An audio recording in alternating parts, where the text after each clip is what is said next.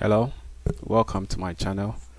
So the other day I received a comment from one of my viewers saying they wanted to know how to apply for the Korean government scholarship, and I already had that video, but I decided to do it again.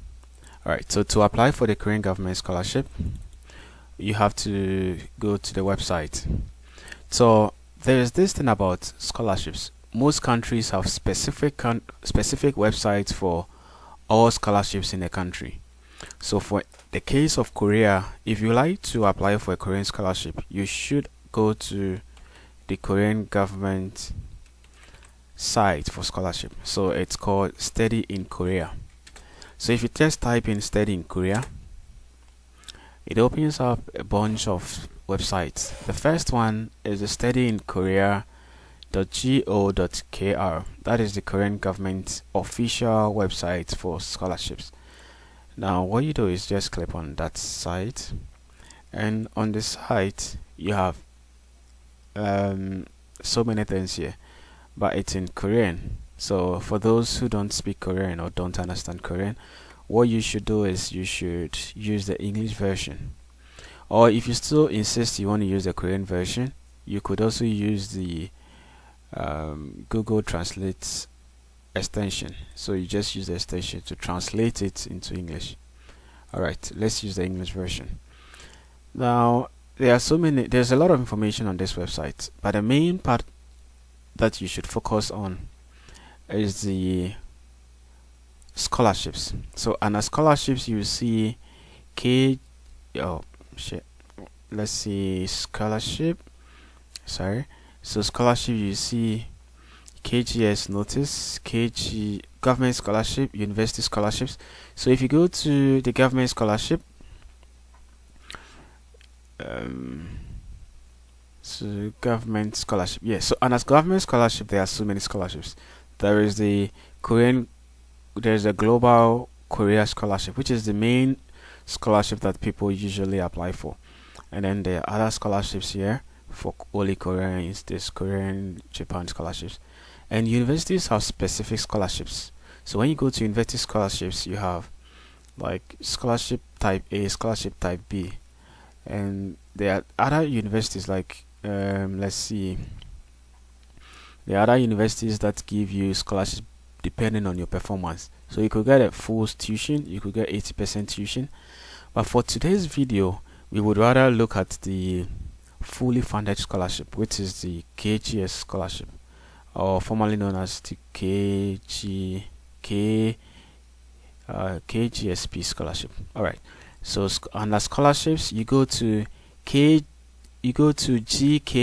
notice, right? So GKS notice. Under GKS notice you should always be looking at this, because this is where you have the notice about the scholarships. You could realize that we are in April 20th, and April 20th there was a scholarship announcement on the 10th of February, right? And that is for the Global Korean Scholarship for graduate students. So I guess for some universities it's over, this scholarship is over, but it doesn't take anything. You should always use this website to get scholarships. So this is it. So next year, by this time in 2022, there will be the 2022 version, and in September there will be for undergraduate too. So for undergrads you can always come here to check it up in September, and then for graduate students you can check this site in February next year. So for 2021, which is over, what you do is that you just click into application guidelines to be okay. So this is it. So it says there that Global Korea Scholarship aims at blah blah blah blah blah, quite a whole lot of students, and this is a very nice scholarship, fully funded. Alright, so when you get to this list, the file list, there are some few files you need. So you first need to download the forms, the application forms, which is the second document. Yes, so you download the application form, and then you move further to download the available universities and field of study. You don't need the Korean version, you need the English version. So you click on download, and then the other document you need is a university information. So this tells you about every university and then the kind of courses they give, whether it's in English or it's in Korean. So this is a very important document. So university information in Korean and English. Okay. Then the last one you need is the application guidelines. So the application guideline in English. Alright, so you are done. So this is how to get the forms for the Korean government scholarship. Now let's open the files. So yep, enable editing. So there are several forms, about 8 forms here. What you need to do, these forms are not hard to fill. What you need to do is to just fill the individual forms. For some, you just need to just sign, just put a signature on it, and then the form is completed. So you just fill in the document. This is form 1 and form 2, form 3. The main point is the form 2 and form 3, and maybe form 4 for research students. That would take a little bit of time. But the rest, recommendation letter. I think this is the coolest recommendation letter I've ever seen. The teacher must not write a lot. You just have to fill in the forms and then just write. So the teacher must just write, just answer these questions. How long have you known the student? Just write. What are the students' weaknesses and strengths? Just write. Just simple lines, and the student is good to go. And of course, teachers would definitely rate their students very high. So I would recommend applicants to focus more on the form 2 and 3. Write it very well. And I have materials for those who will be applying next year and perhaps in September too, for form 2 and form 3 for personal statements and statement of purpose. I would help you out. Okay, now the recommendation letter. And then letter of invitation. This is not for all students, it's for all the research programs. And then your agreement. So you just have to pick and then just write the date, the name, and then you sign. Yeah, the medical assessment. You don't need to do anything here. You just have to give your own medical assessment. You don't need a doctor. You just need to do it yourself. And then that is it. You are done with the actual form. And then the guidelines, you have the first one, which is available universities. So this tells you the universities, each university in Korea that is under this scholarship, the courses they offer, and whether the course is in Korean or in English. For instance, you can see a university here called Dongguk University, right? So this university, for instance, has the graduate degree, but you could see that some courses like Korean language and literature is 100% in Korean. Of course, it's Korean language. It shouldn't be in English. Yep. Courses like English language and literature. Oh, it's in Korean and English. That's quite unfair. But anyway, that is it. So this document is also very important for you to choose universities. Alright, and then we also look at the other document, which is the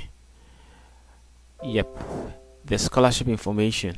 So the scholarship university information tells you about each university and some extra document they may require. So it's quite similar to this document, but this one gives more details. For instance, some universities might give you more money above the scholarship benefits. Yep, I quite remember schools like Postec give students extra 1,000 USD just for applying to their university. Yeah, and other universities give free accommodation. So you need to also go through this and be on the good side, right? Okay, then the last one is the guideline. So with the guideline, it just tells you the countries that qualify for this scholarship and the number of students that will be picked. And you know there are two ways. There's the university and then there is the embassy track. So you have to choose between the two, which is best for you. Okay, and then there is the type A universities and type B. Remember, there is the general and then there's the regional universities. So regional universities pick more students. Take note. So you need to, if your grade is on the lower side and you want to increase your chances of being picked, it's better to choose the regional university. That gives you a high opportunity. And the countries that qualify. So you could see there's so many countries here. You could see Ghana, Georgia, Guatemala, you could see Zimbabwe, you could see Turkey, Venezuela, you could see Vietnam, and then a grade. So you need a cumulative GPA of about 2.64 out of 4.0. This is very easy. This is at the low end, but well, that's why I don't think the GPA really matters. What really matters is what you write in the essays. So you need to write very well. You have to write very good essays. Okay, and then health-wise, you need to be very sound. Okay, and yes, so that is it. That's the step. So there is the selection process, which is the first round by the embassy track. So for embassy track, you have to go through. You have to compete with people from your country, and based on that, some students will be selected and recommended to NIED, and NIED would pick some students and then give it back to the university, to the embassy, and then the embassy will take them through another selection, and then there'll be an announcement. But for the university track, for me, I prefer the university track because it's less stressful and it's more based on your abilities. You connect directly with the university. So if the university says, hey, we like this student, NIED would definitely pick those students, and then they would announce the student. So for university, when you are picked for the second round, the chances of you getting it is almost 99.9%. But for the embassy track, even though you might be recommended by the embassy, you might be denied during the second round or even the third round.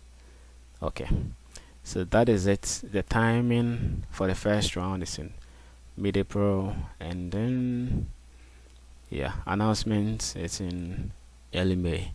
So early May we should be expecting some students to be picked, and they'll get ready to move to Korea. And I'll be giving students who would like some tips on preparations to make when you want to come to Korea. I'll be uploading more videos on that so that you can get informed before you make the long journey to the Republic of Korea. Okay, so that is it for today's video. And the last thing is that it's a 3-year program for masters, 4 years for PhD. That is including a 1-year Korean language program. Okay, so that is it for today's video. Thank you very much, and please subscribe. If you have any questions regarding the scholarship, please do write it in the comment section and I would answer, and if there need be, I would make a video on that. Okay, see you in our next video. Bye.